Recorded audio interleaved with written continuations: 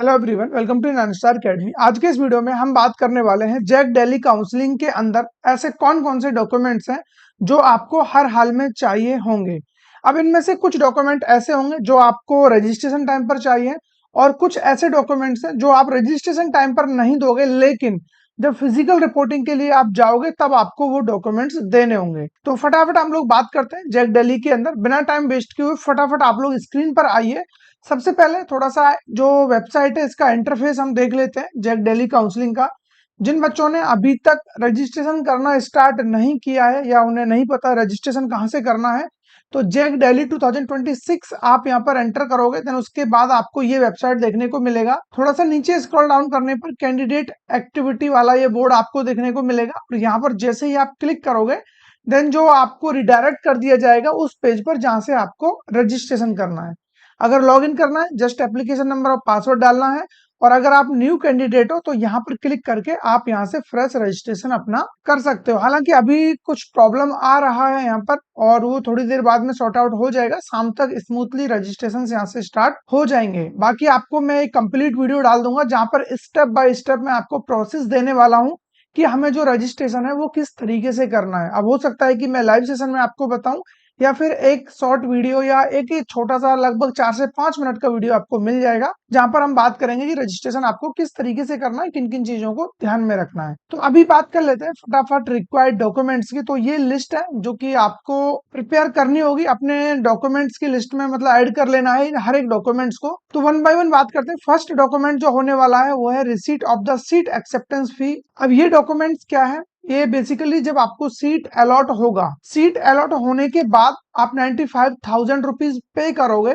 उस पेमेंट का जो रिसीट होगा वो आपको यहाँ पर रखना होगा, उसका प्रिंट आउट निकालना है। उसके बारे में ये बात कही गई है। तो एक डॉक्यूमेंट्स हो गया आपका।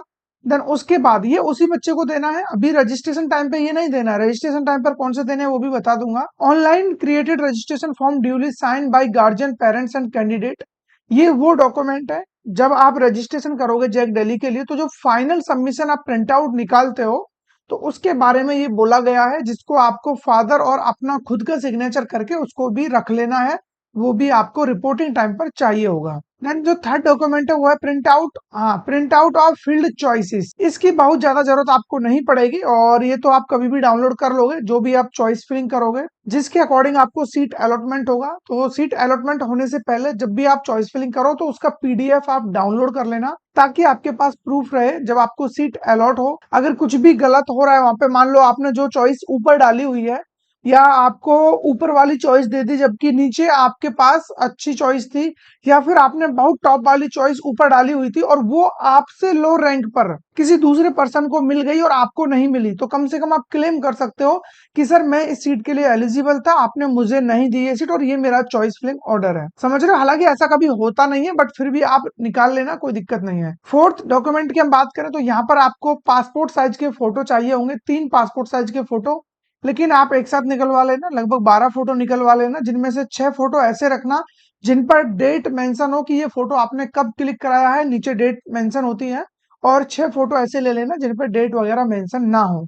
तो जिस टाइप के डॉक्यूमेंट फोटो चाहिए होंगे वो आप लगा सकोगे। जो फिफ्थ डॉक्यूमेंट है वो है आपका print out of the admit card and score card of JEE Mains 2026। ये डॉक्यूमेंट काफी ज्यादा इंपॉर्टेंट हो जाता है। कुछ बच्चे होते हैं जेई मेंस का एग्जाम हुआ, रिजल्ट आया, उसके बाद उन्हें एडमिट कार्ड से कोई मतलब नहीं होता है, लेकिन एडमिट कार्ड आपको रखना होगा, उसको भी डाउनलोड करके रख लीजिए।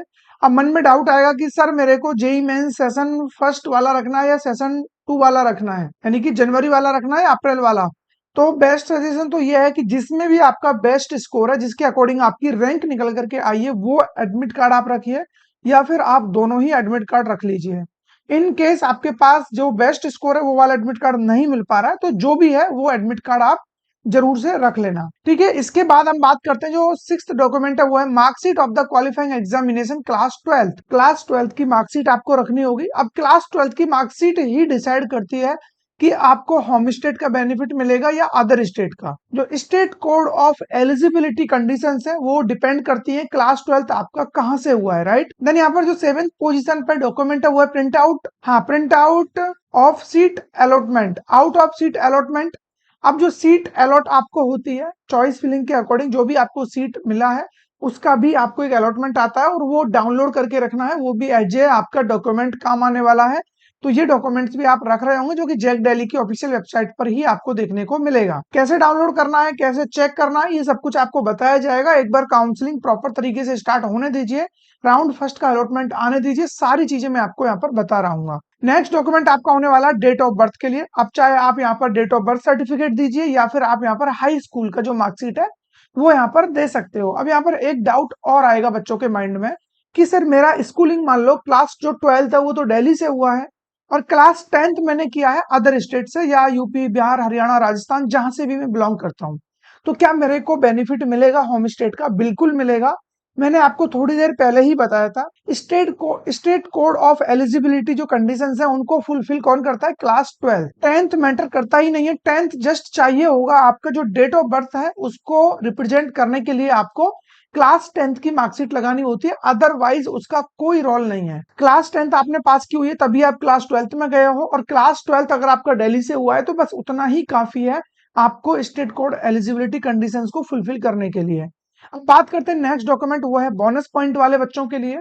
जो बच्चे ट्रिपल आईटी दिल्ली के अंदर एडमिशन चाहते हैं, ट्रिपल आईटी दिल्ली में कुछ बोनस पॉइंट मिलते हैं। अब वो किन बच्चों को मिलते हैं, चाहे वो स्पोर्ट्स के अंदर हो, ऐसे बहुत सारे पैरामीटर्स हैं, मैं अभी आपको दिखा दूंगा। किसी भी स्पोर्ट्स में, इवन आप चेस में भी अगर आपके पास कोई सर्टिफिकेशन है तो उसमें भी आपको 1 या 2 पॉइंट यहाँ पर मिलते हैं।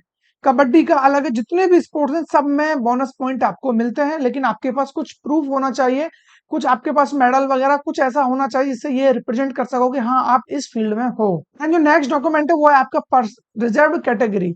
ये जो डॉक्यूमेंट है रिजर्व कैटेगरी या सब कैटेगरी सर्टिफिकेट, ये सबसे इंपॉर्टेंट डॉक्यूमेंट होता है। मान लो एक बच्चा ओपन कैटेगरी में है, ओपन कैटेगरी का कट ऑफ अगर कोई सीट 8000 पर क्लोज हो रही है और वहीं एक बच्चा ओबीसी कैटेगरी में है तो वही सेम सीट यहाँ पर 40,000 तक चली जाती है। ये डिफरेंस होता है कैटेगरी का। तो अगर आपके पास रिजर्व कैटेगरी सर्टिफिकेट नहीं है, इट मींस आप बहुत बड़ा लॉस अपना कर रहे हो। तो विद इन टाइम अपना कैटेगरी सर्टिफिकेट रेडी करके रखना, ऐसा ना हो कि बाद में फिर आप लोग प्रॉब्लम में आ रहे हो। अब यही एक डाउट और आएगा कि सर अभी रजिस्ट्रेशन स्टार्ट हो चुके हैं, सर्टिफिकेट मेरे पास नहीं है लेकिन मैं अभी बनवा सकता हूं, तो उस कंडीशन में मैं क्या करूं? अगर देखिए आप विद इन 8 to 10 डेज में सर्टिफिकेट बनवा लेते हो तब तो कोई प्रॉब्लम नहीं है, आप होल्ड कर सकते हो, बाद में रजिस्ट्रेशन करके अपना जो भी डॉक्यूमेंट्स है अपलोड कर देना। लेकिन अगर आप चाहते हो कि नहीं मेरे को पहले ही रजिस्ट्रेशन करना है तो उसका भी अल्टरनेटिव सॉल्यूशन है, ठीक है। और बाकी अगर सर्टिफिकेट आपके पास नहीं है और आप चाहते हो कि विद इन 10 to 12 डेज के अंदर या 8 डेज के अंदर मेरे को सर्टिफिकेट चाहिए, तो उसके लिए हमारा 9 स्टार अकेडमी का काउंसलिंग प्रोग्राम है, आप उसमें एनरोल करिए। 8 से 10 दिन के अंदर अंदर आपको सर्टिफिकेट मिल जाएगा। कुछ बच्चे हैं जिनका क्लास 12th दिल्ली से होता है, रहने वाले अदर स्टेट के हैं, और न जाने वो 1 से 2 महीने से एफर्ट लगा रहे हैं कि सर किसी भी तरीके से दिल्ली से सर्टिफिकेट इश्यू हो जाए, और अभी तक इश्यू नहीं हो पाया है। तो बिल्कुल हम सर्टिफिकेट आपका इश्यू करा देंगे। उसके लिए जरूरी क्या है, डिस्क्रिप्शन में जाइए या कमेंट बॉक्स चेकआउट करिए, वहां पर आपको हमारे 9 स्टार अकेडमी काउंसलिंग प्रोग्राम का लिंक मिलेगा। एनरोल करिए, विद इन 12 आवर या विद इन 24 आवर में हम कॉल बैक करते हैं, लेकिन सर्टिफिकेट के केस में हम विद इन 4 आवर आपको कॉल बैक कर रहे होंगे। बाकी व्हाट्सएप नंबर भी आपको नीचे मिल जाएगा, वहां से भी आप रीच आउट कर सकते हो अगर काउंसलिंग प्रोग्राम में एनरोल करने में कुछ भी आपको प्रॉब्लम आ रहा है तो। बाकी हो सकेगा तो मैं क्यूआर भी यहाँ पे लगा दूंगा, उसके थ्रू आप इजीली ज्वाइन हो जाओगे, ठीक है। कैटेगरी वगैरह बनवाने में अगर आपको प्रॉब्लम आ रहा है तो। देन इसके अलावा जो नेक्स्ट डॉक्यूमेंट है वो है मेडिकल फिटनेस। अब ये मेडिकल फिटनेस अभी आपको नहीं चाहिए होगा, हर एक कैटेगरी वाले बच्चे को ये देना है, चाहे आप एससी में हो, एसटी में हो, जनरल, सीडब्ल्यू, ओबीसी, किसी भी कैटेगरी में आप आ रहे हो, आपको जो मेडिकल फिटनेस है वो देना होगा। लेकिन ये विद इन 15 डेज का ही या विद इन 20 डेज का ही चलता है, तो रिपोर्टिंग कराने आप जाओ तब उससे पहले जस्ट आपको बनवा लेना है। इसका फॉर्मेट मैं आपको दिखा देता हूँ किस तरीके से होने वाला है। प्रॉपर फॉर्मेट जो है मेडिकल फिटनेस का ये है, जो कि जैक दिल्ली की वेबसाइट पर ही आपको मिल जाएगा, और इस फॉर्मेट को मैंने व्हाट्सएप चैनल पर भी डाला हुआ है, पीडीएफ आपको मिल जाएगा जितने भी डॉक्यूमेंट्स के फॉर्मेट हैं। तो आप लोग जाइए फटाफट व्हाट्सएप चैनल को फॉलो करिए और वहां पर आपको ये फॉर्मेट्स मिल जाएंगे, प्रॉपर इसको फिल करिए, सिग्नेचर कराइए। कोई भी आपका एमबीबीएस डॉक्टर है या गवर्नमेंट हॉस्पिटल के अंदर जो डॉक्टर्स होते हैं जिनके पास भी उनका मोहर है या जिसको आप स्टाम्प बोलते हो, सिग्नेचर वगैरह, तो बड़े इजीली वो इसको पास कर सकते हैं और ये सर्टिफिकेट आपका काम आ रहा होगा। अभी नहीं चाहिए रजिस्ट्रेशन टाइम पे, ये आप समझ लेना, इतना मैंने आपको ऑलरेडी बता दिया है। देन इसके अलावा पीडब्ल्यूडी कैटेगरी में आप आ रहे हो, पर्सन विद डिसेबिलिटी में, उसमें भी कंडीशंस होती हैं कि किस टाइप के आप यहाँ पर फिजिकली डिसेबल्ड हो, तो उसके अकॉर्डिंग आप अपने डॉक्यूमेंट्स यहाँ पर दोगे। लास्ट एंड फाइनल ये है डिफेंस वाले बच्चों के लिए। डिफेंस के लिए भी एक डाउट आता है कि जो बच्चे जिनके फादर पैरामिलिट्री में है, तो पैरामिलिट्री वाले बच्चे डिफेंस कैटेगरी में नहीं आते हैं। बात समझ रहे हो? डिफेंस कैटेगरी में ये बच्चे नहीं आ रहे होते हैं, क्योंकि बहुत सारे बच्चे को डाउट होता है कि सर मेरे फादर डिफेंस कैटेगरी में आते हैं नहीं आते हैं, ये मेरे को कैसे पता चलेगा? वो बस इतना पता है मेरे को कि वो पैरामिलिट्री में है। तो मैं आपको क्लियर कर दूं, पैरामिलिट्री वाले बच्चे इस कैटेगरी में नहीं आ रहे होते हैं। बात समझ रहे हो आप? पैरामिलिट्री में जो बच्चे होते हैं, चाहे आप सीआरपीएफ में हो, बीएसएफ में हो, आईटीबीपी में हो, ये जितने भी स्टूडेंट हैं या जितने भी पेरेंट्स हैं, उनके बच्चे जो एडमिशन लेना चाह रहे हैं वो डिफेंस कैटेगरी में नहीं आते हैं।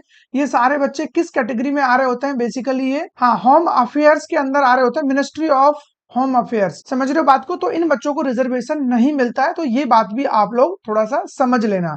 ये टोटल डॉक्यूमेंट्स थे। इसके अलावा जिन बच्चों के मन में डाउट है कि सर मेरे को ट्रांसफर सर्टिफिकेट चाहिए या नहीं, मेरे को कैरेक्टर सर्टिफिकेट चाहिए या नहीं, मेरे को गैप ईयर सर्टिफिकेट चाहिए या नहीं, तो ये डॉक्यूमेंट्स ना तो आपको अभी रजिस्ट्रेशन टाइम पर चाहिए और ना ही आपको फिजिकल रिपोर्टिंग के टाइम पर चाहिए।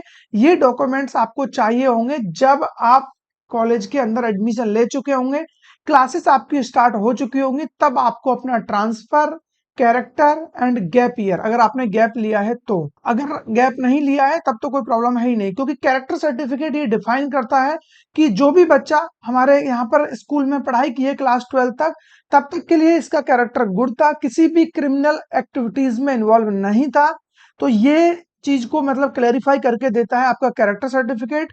लेकिन जब बच्चा गैप ले लेता है, मान लो 1 साल का गैप हो गया, तो उस चीज को क्लैरिफाई कौन करेगा? उसके लिए बनता है गैप ईयर सर्टिफिकेट। और गैप ईयर में भी यही चीज मेंशन होती है कि पर्टिकुलर इस ड्यूरेशन में, चाहे 1 साल 2 साल जितना भी गैप है, बच्चे ने ऑनलाइन ऑफलाइन कोचिंग किया है, और इस चीज को जो भी कोई तहसीलदार है या नोटरी के थ्रू जो आप जाओगे, कचहरी चले जाइए, तहसील चले जाइए, वहां से 10 रुपीज के स्टाम्प पर आपका एक मतलब जो भी है एफिडेविट बनेगा, उसके अंदर ये सब कुछ मेंशन होगा कि ये बच्चा किसी भी इलीगल या क्रिमिनल एक्टिविटीज में इन्वॉल्व नहीं था, और इस बच्चे ने यहाँ पर इस तरीके से स्टडी की है, और ये अब एडमिशन लेने के लिए इस पर्पज से ये डॉक्यूमेंट्स इश्यू करा रहा है। तो उसके लिए वो डॉक्यूमेंट्स बनता है, क्योंकि 12 तक की रेस्पॉन्सिबिलिटी कौन लेगा? स्कूल। अब जब आप स्कूल से निकल चुके हो और आपने गैप ले लिया, तो भाई स्कूल थोड़ी जिम्मेदार है आपके कैरेक्टर के लिए।